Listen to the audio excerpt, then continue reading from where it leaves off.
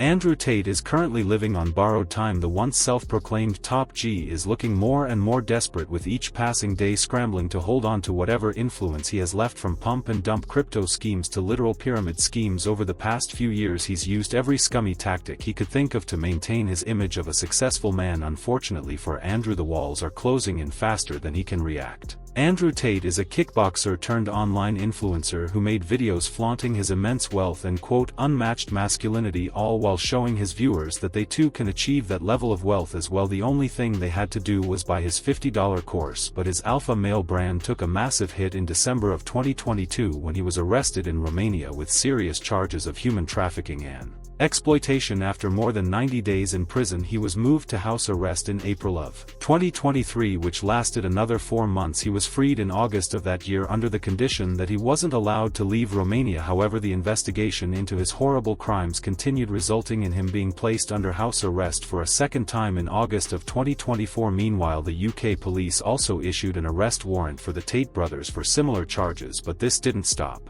him from continuing to scam his audience, which brings us to my last video on Andrew Tate discussing CoffeeZilla's investigation into his many crypto grifts, as he kept peddling rugs and robbing his audience out of millions despite being very vocal against crypto in the past.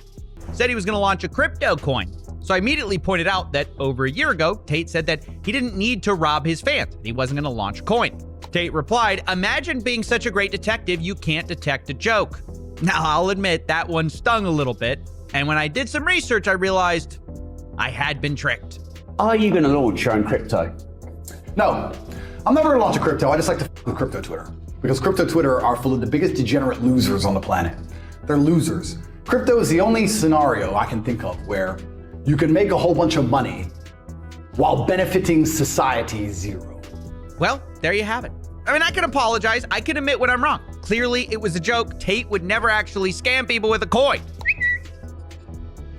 Oh, turns out he did. In addition to these pump and dump scams, Tate also launched his Discord-like platform with a $50 entry fee called The Real World. He described it as the only way to quote escape the matrix. By this point, Tate had completely forgotten about his apparent disdain for crypto, so as you might imagine, this new platform had a crypto token of its own. He hyped the coin with promises of massive profits for its members. However, these so-called gains seemed even shadier than his past crypto scams, because as it turns out, the whole thing was just a pyramid scheme with extra steps. Tate's new plan is that you buy a get-rich-quick course, gain power points, you have to stay subscribed to keep your power points, and then they say they will pay you a percentage that their school makes. The goal is that you can buy the token and own a percentage of the school. So imagine you sign up for the real world, you start to make money, you focus on your tasks, then you can invest that money in the real world token and get paid every single month a monthly dividend from the profits of the school.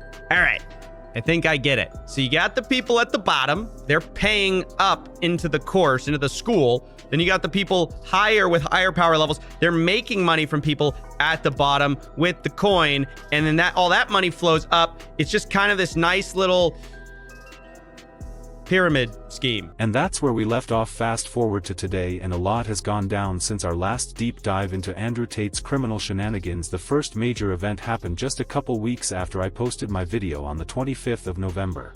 2024. The Real World platform got hacked, resulting in the chat logs of over 800,000 users getting leaked to the public. This also included the personal email addresses of about 325,000 users. Worst of all, this wasn't some sophisticated elite level hacking either, as the group responsible for this attack described the platform's security as hilariously insecure, which, as a comment on YouTube pointed out, mirrors Andrew's entire persona. Reading, I mean, there's nothing about Tate that isn't hilariously insecure, so his website being the same is no surprise. Tate tried to downplay the situation on Twitter while also using this opportunity to promote his platform, further stating, "We hacked a school and saw the chats of his 800,000 members. The chats are public. You literally bought a membership and logged in and read the rooms. Call that a hack. What's $800,000 asterisk $49 a month? Oh wait, you bought a membership. What's $801 asterisk $49 a month? We are huge because we work. Everyone makes money inside the real world. However, he conveniently forgot to mention the fact that this hack also included logs from private chat servers, not just the public ones. In other words, scammers now had access to a goldmine, a massive list of easy targets who were already gullible enough to drop $50 on Tate's online school. Many of them were likely interested in cryptocurrency as well, making them prime prey for crypto scams. On top of that, some of these users also willingly shared personal information in private chat rooms, giving scammers everything they needed for blackmail or extortion. Tate, however, couldn't care less. The only thing on his mind is making even more money than he already is, no matter what. A point perfectly summed up by the top reply under his tweet stating, "You make $40 million a month of Super S subscriptions and you still need to rug 5 new shitcoins on stream every week." But while Tate had no problem turning a blind eye to the mess his platform created, he couldn't do the same for a court ruling. Less than a month later, you see, on the 18th of December, a London court ordered the seizure of more than $2 million from Tate for tax evasion. This one hit him where it hurt the most, straight in his wallet, leading to him crashing out, and as typical for Tate at this point, blaming the quote matrix, stating, "First they labeled me a human trafficker, yet they couldn't find a single woman to stand against me. When that narrative crumbled, they turned to outright theft, freezing my accounts for more than 2 years and now seizing everything they could. This is not justice, it's a coordinated attack on anyone who dares to challenge the system. Speak against the matrix and they'll come for your freedom, your reputation and your livelihood." This raises serious questions about the lengths authorities will go to silence dissent, but then something unexpected happened that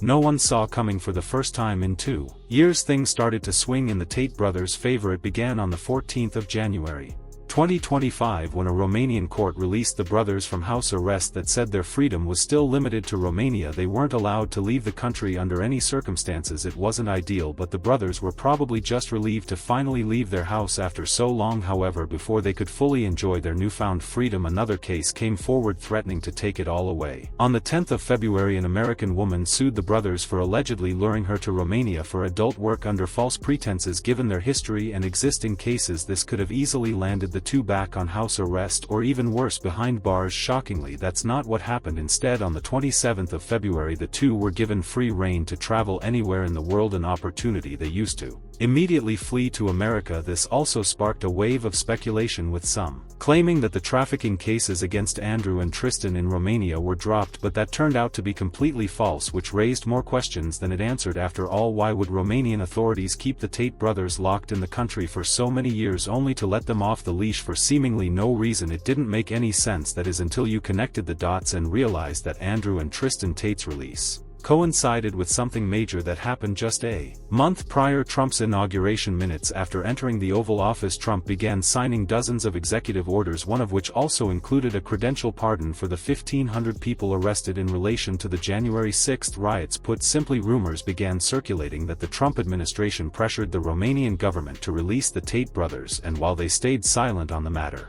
in front of the media, Donald Trump helped get the travel ban lifted? the rumor wasn't completely unsubstantiated. By this point, the brothers had been vocal supporters of Trump's administration and never shied away from sharing their views, like when Andrew addressed the Danish Prime Minister by calling her a and backing Trump's decision to buy Greenland in a tweet reading, "You don't want any kind of war with Trump, give us Greenland immediately and thank your lucky stars we don't take Copenhagen." So Trump essentially bailing the two out wasn't out of the question. However, when asked about it, Trump denied knowing anything about the brothers. Andrew and Tristan Tate landed in Florida today on a private jet after being released from custody in Romania. They are accused rapists, human traffickers, not thought of as good people in many circles. Did your administration pressure the Romanian government to release them, and if so, I know nothing about that. I don't know. Though some stayed adamant that he was the one behind their release, with one person writing, quote, "I know nothing about that," is Trump's standard lie. Whether Trump played a role or not, Andrew was just glad to be finally out of Romania. He even expressed his desire to stay in the US for a long time. Yeah, I'm being patient with it because I intend on being in America for a very long time now. What he didn't realize was that certain US officials also wanted him to stay, but for entirely different reasons. You see, after arriving in the US, Andrew and his brother quickly made their way to Florida. They likely thought the Republican stronghold would be a safe haven for them. Florida's governor, however, wasn't too keen on having two alleged traffickers in his state. Is he welcome here? What to say here? send back to Romania or whatever. Well, we have no involvement in that. I read about it through the media, but the reality is, no, Florida is not a place where you're welcome with that type of conduct in the air. Now it was entirely possible that this was nothing more than a political statement. Maybe the governor didn't want to damage his own reputation by showing any support for the Tate brothers, but he also didn't care enough to do anything about it either. That's what Andrew and Tristan were probably hoping for as well, much to their dismay. However, the Florida government followed through on its plan to investigate them. The state's attorney General James Umir has been particularly vocal in his opposition to the two brothers. They've gone public, joking around saying, oh, what is the age of consent in America? 15, 16, 17, oh, we can't remember. That's absurd.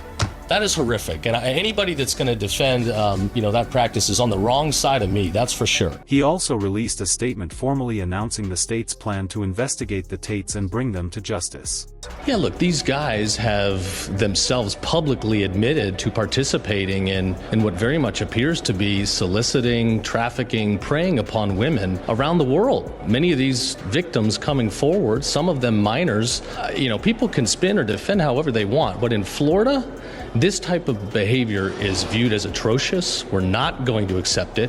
They chose to come here and set their feet down in this state, and we're going to pursue every tool we have within our legal authority to hold them accountable. As you might imagine, this was devastating news for Andrew, who genuinely thought he was finally safe after fleeing Romania. He tried to spin this as a political move from DeSantis, claiming that he's only pursuing Tate because he supported another candidate instead of Dantis' wife, writing, "Ron Santis is attacking me because he was worried I would support Brian Donalds over his wife, knowing I have monumental political weight and trust our commander-in-chief of President Trump's recommendations. Completely, they attacked me, trying to prevent me from destroying his wife's political ambitions. Interestingly, I had no interest in Fidian politics until I learned how communist the Dantis admin is. The game is on." What Andrew didn't expect was that Byron would also come forward and support the Attorney General's decision to investigate the brothers. Do you support the Attorney General's actions here? I do. I think those allegations have to be fully investigated, and then we go from there. The key thing is we don't tolerate the trafficking of women or, frankly, the abuse of women. We do not tolerate that. After exhausting all other options, Andrew decided to go on random podcasts and rant about his troubles. And what have I done since I've arrived? I did Patrick Bet David and sat on my laptop. That's all I've done. I've done Patrick Bet David, I sat on my laptop, and I had Taco Bell, and I've got a criminal investigation? Yeah. Where the doesn't even make any sense. As if this was somehow going to convince the Florida authorities to leave him alone, but this was only the beginning, because while all these podcast rants started with him trying to defend his own case, they quickly devolved into Andrew saying more and more incriminating stuff, like comparing himself to Epstein. So the fact that my brother and I get more hate for human trafficking than Epstein shows how susceptible people are to matrix programming. And talking about how he relates to P. Diddy. I sit there and go, wait. I don't know Diddy, never spoken to him. I'm not defending him. What I'm saying is they've decided to wreck him. I don't know his side of the story. He may be guilty. His side of the story might be, yeah, I did it, but so did this guy, this guy, this guy, and this guy. I'm only asking why only him. I said, T, they're about to get Diddy. He said, why? I said, they've released a video that is 10 years old. They've been sitting on this for 10 long years. This was 2016 they got the footage. Why has no one seen it? And Tristan goes, that's out now? I was like, yep. 2 weeks later, arrested. They set up the public perception before the arrest. And I know how this works, so I saw it and called it. This came out of nowhere. This was stored somewhere in the Matrix archives. When they decided to take him down, first thing you do is slander him, just like they did to me. Though all of this pales in comparison to him passionately claiming that authorities can't arrest him because he wipes his phone every night. You think I'm not ready? I'm a Navy SEAL in this shit. Come get me, raid my house, take my stuff. You think I sleep with a full phone full of evidence? You think I don't wipe my phone every night? You think I'm dumb? Come get me, arrest me, let's do this all over again. I've done it for 4 years in Romania. You think I'm scared of your state jail after an Eastern European gulag? I'm staying right here. The investigation launched by the Florida government also inspired people to take matters into their own hands and dig for the truth, and what they found was nothing short of horrific. In early March, an old video of him resurfaced and went viral on the internet. In this video, Andrew can be seen restraining a girl on the bed and hitting her repeatedly with his belt while hurling a barrage of verbal insults at her as well. To make this already messed up situation even worse, the girl in this video was allegedly just 15 years old at the time, while Andrew himself was 25. Tate tried to excuse his actions in the video by releasing a video of Vivian, the girl who's in the original video, claiming that it was all consensual. Hi, I'm pretty sure many of you have seen a video of Andrew Tate beating up a woman, and I'm pretty sure not so many of you have seen the same woman coming forward with a statement saying it was nothing but a play. So here I am again for the second time. Yes, the woman he has beaten up, and the same woman who has made a statement is me. So I'm coming forward for the second time to just clarify and let everybody know it was nothing but a play.